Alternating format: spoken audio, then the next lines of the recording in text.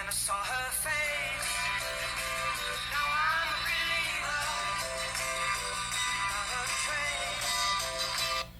Muito bem, meus amigos, ao som do The Mancas, I Am Believer. Eu acredito que vocês irão ultrapassar essa barreira da prova da ordem na primeira fase e iremos para a segunda. E conforme tínhamos combinado, até a quarta-feira eu iria passar a correção do direito do trabalho e processo do trabalho do primeiro simulado. Vamos lá então, né? Sem muitas delongas. A primeira questão, ela fala da experiência de trabalho, né? Do contrato de experiência, na verdade. A questão começa com Verônica, foi contratada a título de experiência por 30 dias. Após 22 dias de vigência do contrato, o empregador resolveu romper antecipadamente o contrato que não possuía cláusula asseguratória de direito recíproco. Bom, dentro dessa realidade, né, nós sabemos muito bem que o contrato de experiência ele é uma modalidade do contrato por prazo determinado, cuja finalidade é de verificar se o empregado tem aptidão para exercer a função para a qual foi contratado. A duração está prevista no 445, eu deixei até aqui para vocês verem, né? Parágrafo único, não poderá exceder 90 dias. Pode até ser de 45, mais 45, mas ele não excede 90 dias. Pode ser renovável por mais uma vez. Né? Sobre a questão, né, temos aqui a letra B, Verônica terá direito à remuneração por metade e o que teria direito até o término do contrato. Por quê? Porque não se cumpriu, né, o fim do contrato, que era estabelecido de 30, foi interrompido com 22 dias. E como não tinha a cláusula asseguratória do direito recíproco de rescisão, que garantiria que tanto o empregador como o empregado poderiam sair antecipadamente sem aplicação das multas, será garantido a Verônica pelo menos a metade, né? A remuneração por metade que teria direito até o término do contrato. Beleza? O contrato de experiência, ele tem alguns direitos que não são diferentes dos direitos de outros tipos de contrato. Por exemplo, nós temos a a obrigatoriedade da anotação na carteira de trabalho, tem direito ao auxílio-doença, tem direito ao auxílio-trabalho, aquela estabilidade provisória enquanto perdurar o contrato de experiência, né? A rescisão antecipada do contrato, qualquer das partes pode rescindir antes do prazo do contrato de experiência, contudo haverá o aviso prévio, né? Se houver no contrato a cláusula recíproca, que é o caso aqui de rescisão antecipada. Isso estará no artigo 481 da CLT, verifiquem lá. Como não houve, então essa situação deu a Verônica, que tem o direito à remuneração e por metade, o que teria direito até o término do contrato. Beleza, meus amigos? Vamos então seguir para a nossa segunda alternativa. Beleza? Bacana? Bom, a segunda fala a respeito do contrato de trabalho. Assinale a opção correta. Aí vem aqui as alternativas, né? Letra A, o contrato de experiência não poderá exceder o prazo de 90 dias. Pô, essa questão está muito dada, né? Bem, o contrato de trabalho por prazo determinado poderá ser estipulado por prazo superior a 2 anos? Óbvio que não. A mudança da propriedade ou da estrutura jurídica da empresa deverá necessariamente alterar os contratos de trabalho de seus empregados? De forma alguma, lembra? Né? A não ser que seja para trazer uma norma mais benéfica, né? O princípio da norma mais benéfica. A Justiça do Trabalho não reconhece, em nenhuma hipótese, o contrato de trabalho verbal reconhece? Sim, que é o tácito. Então, portanto, essa não teria muita dificuldade. Essa resposta seria a letra A, né? O contrato de trabalho de experiência não poderá exceder o prazo máximo de 90 dias. Está lá no 445, parágrafo único, né? Eu coloquei até aqui, contrato de experiência não poderá exceder o prazo máximo de 90 dias. Bacana? Tranquilo, senhores? Dando continuidade, vamos para a terceira questão. Ela trata de: com respeito ao contrato de experiência, é lícito afirmar que... Vocês viram que eu trabalhei bastante com contratos na elaboração da nossa prova, embora sejam todas as questões da ordem, a minha finalidade era trabalhar em cima daquilo que nós estudamos, né? Contratos de trabalhos, os procedimentos de recursos. Então, tudo isso foram motivos da prova. Eu pesquisei as questões em cima disso, pelo menos para garantir que, com relação a esses temas, a gente está bastante respaldado. Então, continuando, né, com respeito a contrato de experiência, é lícito afirmar que a alternativa A poderá ser contratado por 90 dias e prorrogado por mais 90? De forma alguma, limite máximo 90 dias. Isso foi até a resposta da questão anterior. Né? Não poderá exceder o prazo máximo de 90 dias, é a mesma questão, vai no mesmo sentimento. Só lembrando que, mais uma vez, isso lá não custa a gente repetir, artigo 445 da CLT, parágrafo único. Isso vai entrar na cabeça de vocês, e se isso cair na prova, eu tenho certeza que ninguém vai errar. Né? Temos também a súmula 188 do STJ, aliás, do TST, Tribunal Superior do Trabalho. O contrato de trabalho, experiência e prorrogação do contrato de experiência poderá ser prorrogado e respeitado no limite máximo de 90 dias. Ok, meus amigos? Dando continuidade, vamos para o item 4 da nossa correção. O item 4 da nossa correção, ele fala: o contrato de trabalho por prazo determinado em nenhuma hipótese poderá ser estipulado por prazo superior a... Aí vem as alternativas. Vamos lá. O contrato de experiência, ele é um contrato por prazo determinado, porque ele tem um período que não pode se estender por mais de 90 dias. Ele pode até ser renovável dentro dos 90 dias, uma vez só. Então, ele é por prazo determinado. Tem o começo, o início, tem como começar e tem o fim. Né? O contrato de trabalho por prazo determinado tem até uma lei, que é 9.601 de 1998. É o mesmo, mas as partes podem ir estendendo a sua duração desde que ultrapasse o limite de 2 anos. Então, quer dizer o seguinte: se ultrapassar o limite de 2 anos, que é o prazo máximo, né, determinado para isso, o artigo 445 da CLT eu coloquei aqui, o contrato de trabalho por prazo determinado não poderá ser estipulado mais de 2 anos. Se isso ultrapassar, ele vira um contrato por prazo indeterminado. Portanto, essa questão também estava muito dada. Né? A resposta, no caso, é a letra C, 2 anos. O contrato de trabalho por prazo determinado, ele, em hipótese alguma, ultrapassa por 2 anos.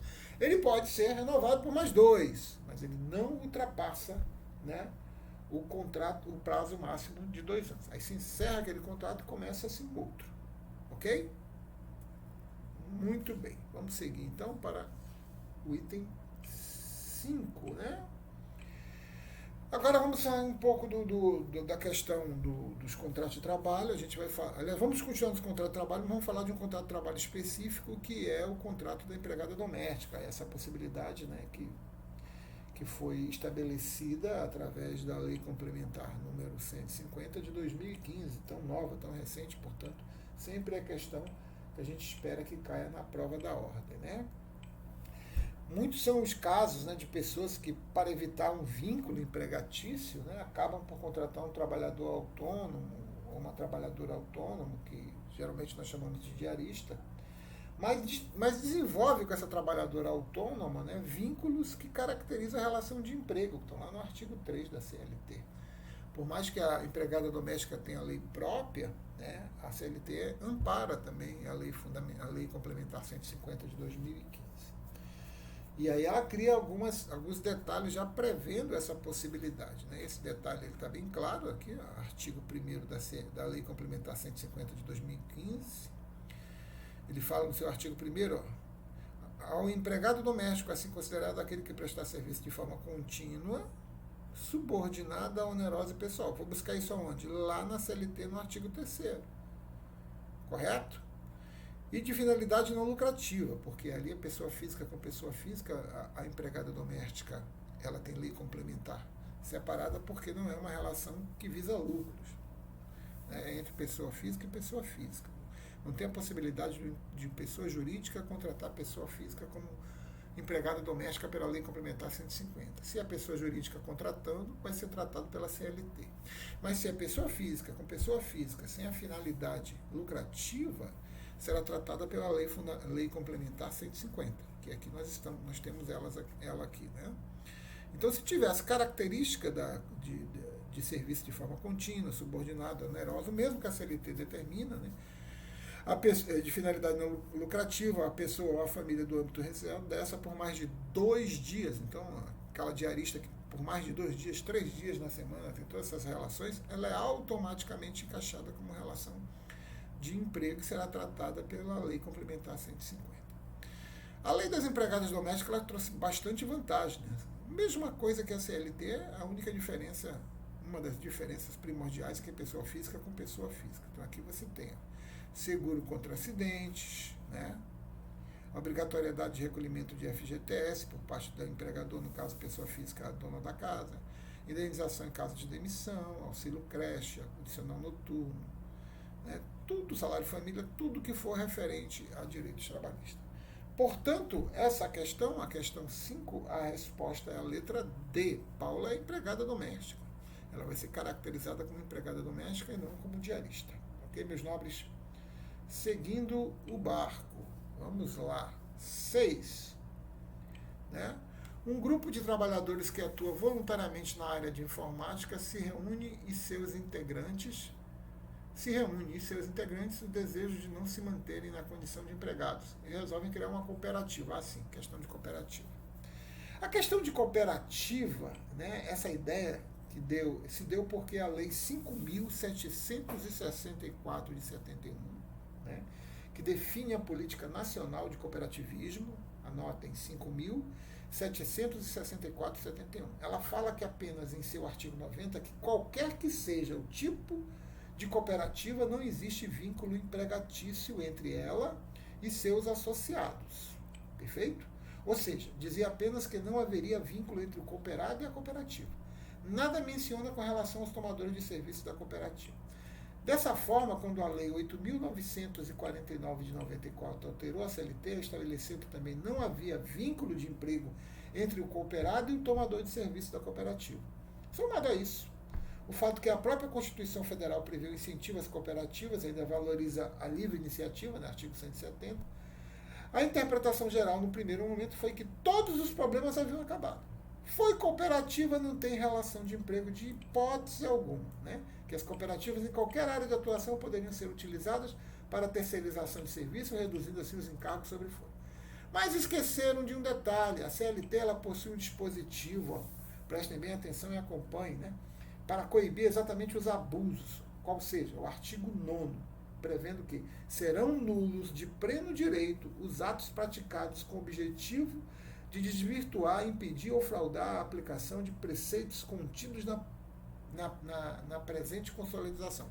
Então, se o cara arma uma cooperativa, se o cara ensaia uma cooperativa, ou seja, mesmo com as cooperativas, se a utilização dela tiver o intuito de desvirtuar, de impedir ou fraudar a aplicação de preceitos da CLT, os atos serão nulos e, consequentemente, pode ser decretado um vínculo de emprego entre o cooperado, o tomador de serviço da cooperativa, se for o caso entre o cooperado, né, e a cooperativa, quais seja a possibilidade habitual de onerosidade e subordinação. Aí, tendo aquelas características lá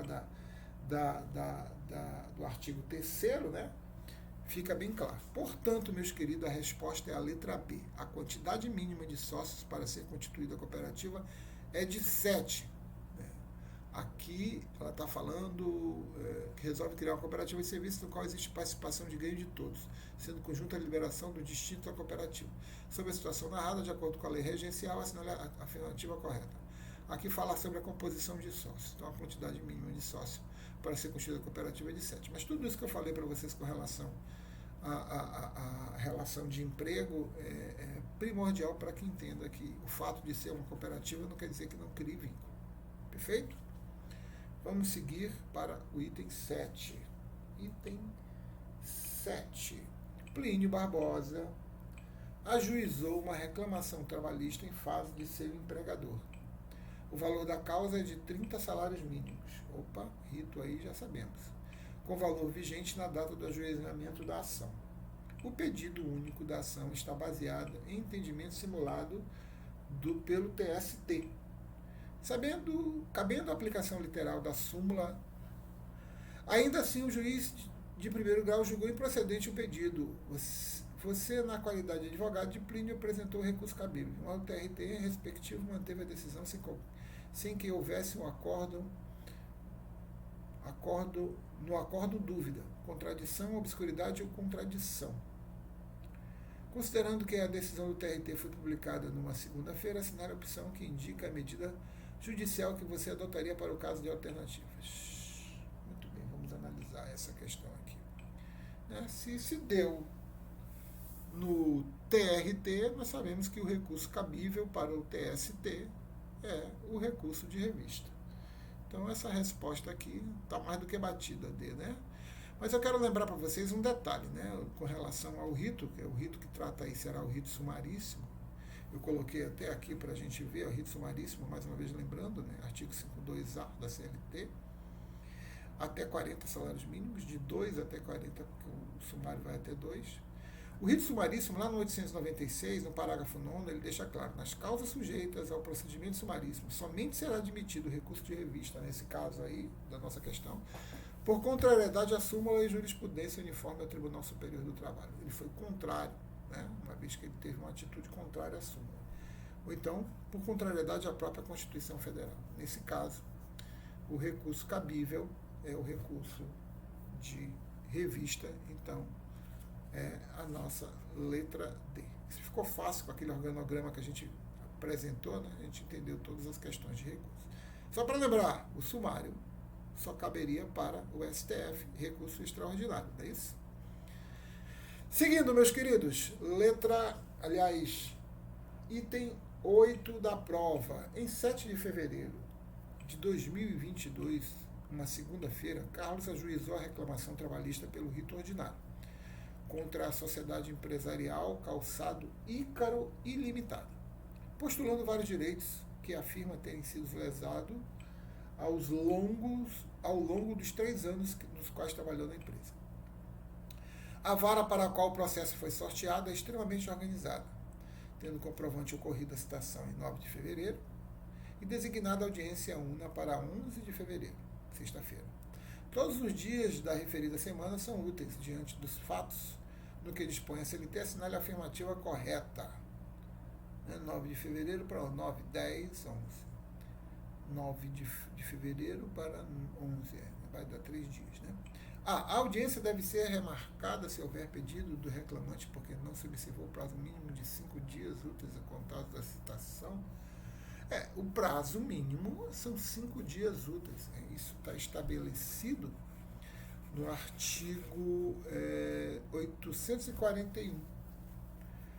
E protocolado a reclamação, o escrivão, o secretário, dentro de 48 horas, ele já informa a data da audiência, remeterá a segunda via a petição no termo ao reclamado, notificando o mesmo tempo para comparecer à audiência. Julgamento que será a primeira, desimpedido depois de 5 dias. Né? Nós temos também o artigo 813, que eu gostaria que vocês acompanhassem. As audiências dos órgãos da Justiça do Trabalho serão publicadas e realizadas na sede do juizado do tribunal nos dias úteis previamente fixados, entre 8 e 18 horas, não podendo ultrapassar 5 dias. Portanto, a linha A, né, ficou bem claro. Não confundir as audiências com os prazos recursais do direito do trabalho, que em média são 8 dias, 5 dias é só para o embargo de execução, e nós temos 15 para o recurso extraordinário, que é um recurso constitucional, que a gente pega lá na Constituição, no caso a gente vai buscar também lá no direito do processo civil. Perfeito? Respondido o 9, letra A, o 8, letra A, vamos para o 9. Né? 9 fala de quê?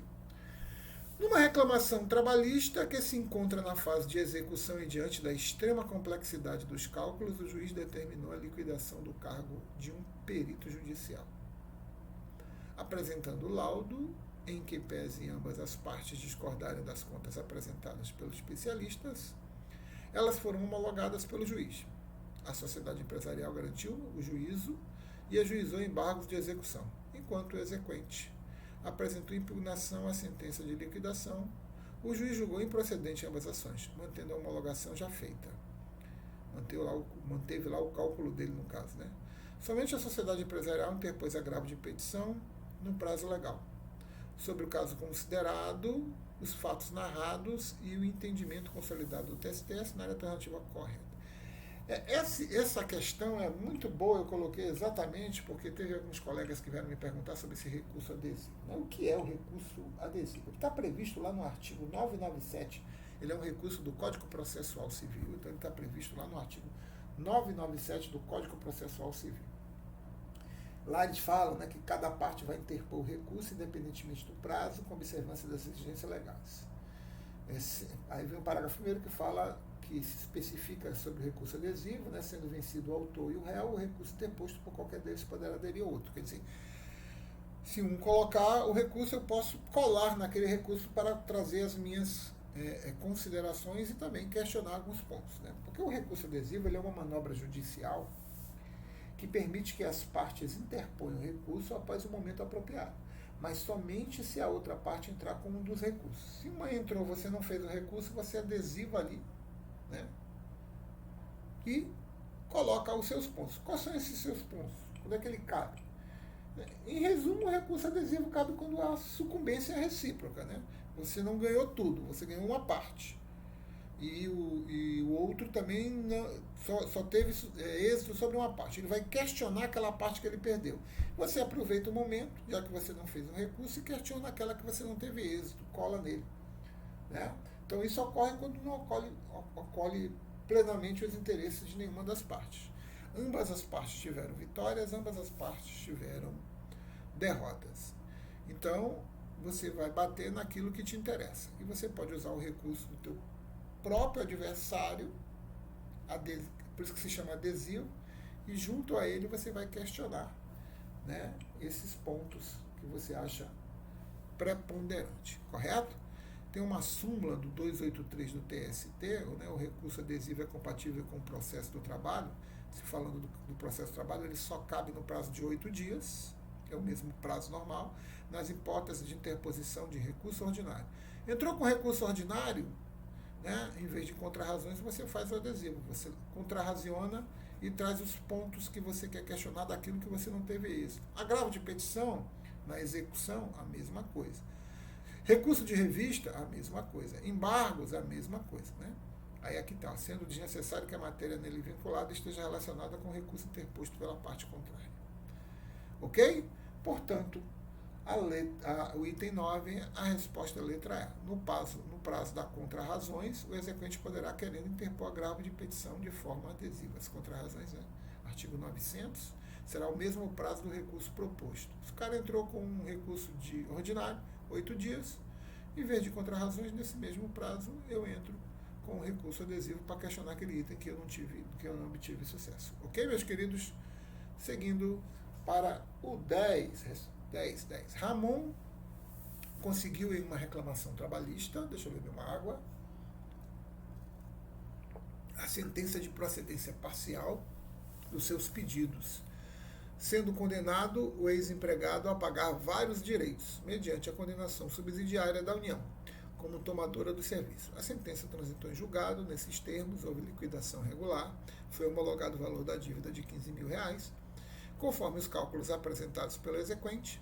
Ramon tentou executar por várias formas o ex-empregador sem sucesso, então requereu o juízo o direcionamento da execução em fase da União. Isso aí se chama de responsabilidade solidária, né? Subsidiária, aliás. Responsabilidade subsidiária. Que foi citado, mas discordou dos cálculos, apresentando, já que o cara não pagou e o cara trabalhava para a União foi responsabilizada a pagar. Depois a União vai entrar com uma ação de regresso contra esse cara. Né? Mas aí a União foi chamada. Só que a União não concorda com esses cálculos. Então ela vai, né, entrar com embargos à execução, com certeza. E aí a resposta do item 10 pergunta: diante da situação apresentada dos termos da legislação em vigor, assinale a alternativa correta. Caberá a União depositar? Não, a União não precisa depositar, né? A União não deposita, ela é isenta, né? Nós temos um artigo, senhores, lá, o Código Processual Civil, artigo 648, onde estão lá, eu peço que vocês consultem depois, alincados todos os itens de isenção para depósito. Não? O 648 ele fala: não estão sujeitos à execução os bens que a lei considera impenhoráveis ou inalienáveis. Né? E lá tem também falando dos bens públicos. Os bens públicos, eles são impenhoráveis. Imagina só, eu vou penhorar um hospital, vou penhorar uma delegacia, então não cabe, né? A inalienabilidade, tenho dificuldade para falar essa palavra. Inalienabilidade. Inalienabilidade é a principal característica do bem público, né? Ela restringe de forma afetiva a possibilidade de sua alienação. Ou venda. Essa venda precisa ser colocada em discussão para poder ocorrer. Pode vender? Pode. Mas aí tem que ser uma decisão levada ao legislativo. Tá? Então, voltando para a questão, lá temos o artigo 100, o artigo 101 do Código Civil, né, que ele fala que o artigo 100 ele fala que os bens públicos de uso comum do povo, esse, em forma alguma, são alienáveis, são inalienáveis, no caso. Né? Então, portanto, né, nesse caso, a resposta correta do item 10 seria a letra D, que é desnecessária a garantia do juízo para a União ajuizar embargos de execução. Ela não precisa garantir porque os seus bens são inalienáveis. Né? Eu aproveitei e fixei aqui um organogramazinho aqui, ó, do passo a passo do trânsito em julgado do critério do direito trabalhista. Né? Trânsito em julgado. Aí vem aqui a liquidação. Ela pode vir da arbitragem, artigos, cálculos. Aí apresenta os cálculos. Aí esses cálculos podem ser impugnados. Né? Aí tem a perícia. Aí, se não vier a concordância, a homologação do cálculo é feita pelo juízo e o pagamento do mandato da citação empenhora se, depois que for homologado, a pessoa não cumpriu o pagamento. Correto? Muito bem, meus queridos. Vamos dar continuidade. Olá, senhores, para a 11ª. Beatriz foi empregada de uma entidade filantrópica, por 2 anos. A entidade filantrópica tem um tratamento diferenciado, 2 anos e 3 meses. Terminará a relação de emprego no final de 2021. Beatriz ajuizou a reclamação trabalhista de 1 mês após, pelo procedimento sumaríssimo, postulando diversos direitos supostamente lesados, além dos honorários advocatícios. Regularmente contestado, instruiu o pedido, foi julgado procedente em parte, sendo que a ex-empregadora recorreu da sentença no prazo legal, juntando o recolhimento das custas. Sobre a hipótese, de acordo com o que dispõe a CLT, se não é a alternativa correta. Recurso terá seguimento negado? Não. O juiz deverá conceder o prazo para que o recorrente sane o vício. Vamos entender o que acontece. Nós temos um artigo chamado 790A. Né? Ele fala das isenções de pagamentos e de custa, além dos beneficiários da justiça gratuita. Fala da União, dos Estados, do Distrito Federal, dos municípios, e, respectivamente, autarquias e fundações públicas federais, estaduais, municipais, que não exploram atividade econômica.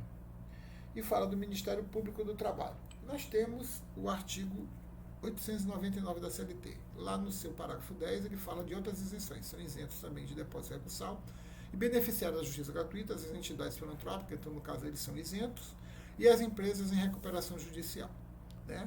Então, o correto aqui seria a letra D. O recurso está com o preparo adequado, porque, diante da natureza jurídica da ex-empregadora, ela é isenta do depósito recursal. Portanto, o 11 será a letra D. Ok? Vamos para a nossa última questão, 12, 12ª. Sociedade Empresarial Refeições Tempero de Casa Limitada e ré em uma reclamação trabalhista movida por sua ex-empregada, Rosângela, que lá atuou como cozinheira, após devidamente contestada, instruir e foi prolatada sentença em outubro de 2021. Vejam bem, né? Eu sei que não tem nada a ver, mas nós estamos falando de uma empresa e uma empregada quase que doméstica. Aqui não pode ser tratado pela Lei Complementar 150, né? Sociedade empresarial, estamos falando de CNPJ, pessoa jurídica e pessoa física, e a relação tem fins lucrativos. Só para fazer um adendo e lembrar a questão da Lei Complementar 150. A sociedade empresarial, Refeições Tempero de Casa Limitada, é ré em uma reclamação trabalhista movida por sua ex-empregada Rosângela, que lá atuou como cozinheira.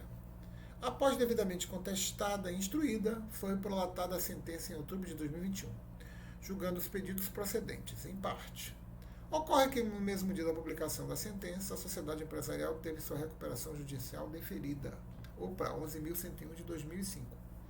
Pela Justiça Estadual. Nada foi decidido a respeito da gratuidade da Justiça. Olha aí, já ficou fora a gratuidade da Justiça para a sociedade empresarial. Diante da situação apresentada, na previsão contida da CLT, considerando que a sociedade pretende recorrer da sentença, assinale afirmativa correta. Letra A. A recuperação judicial deferida, a sociedade empresarial fica dispensada de efetuar qualquer preparo para recorrer de hipótese alguma. Né? Lembra que nada ficou tratado sobre a gratuidade da Justiça. Letra B. A sociedade empresarial terá de recolher as custas, mas não precisa efetuar o depósito recursal para recorrer. Como a sociedade empresarial não teve a falência na letra C decretada, mas sim a recuperação judicial deferida, efetuada, não, de jeito nenhum. A sociedade empresarial, diante da recuperação judicial deferida, pagará metade. Não, isso é para. Ali é para lei complementar. Isso aí é para lei complementar 150, lá para a empregada doméstica, né, para a patroa da empregada doméstica. Letra B é a acertativa, né? A sociedade empresarial terá de recolher as custas, mas não precisará efetuar o depósito recursal para recorrer. As mudanças, conforme nós temos aqui, do depósito recursal, né, são isentos de depósito recursal, não as custas. Né? No caso, os beneficiários da justiça gratuita, ela não foi beneficiária da justiça gratuita, ela vai entrar aqui como empresa em recuperação judicial, portanto, né, ela pagará as custas, mas será isenta do depósito recursal. Letra B é a questão. Ok, meus nobres, assim nós encerramos a nossa correção do nosso simulado. Para os dias bons, sorriso, para os dias ruins, paciência, para todos os dias, fé. Nos encontramos no sábado para, pessoalmente, né, de forma presencial, darmos continuidade ao nosso objetivo, que é ir para a segunda fase da OAB. Até lá, meus queridos! I couldn't leave her if I tried.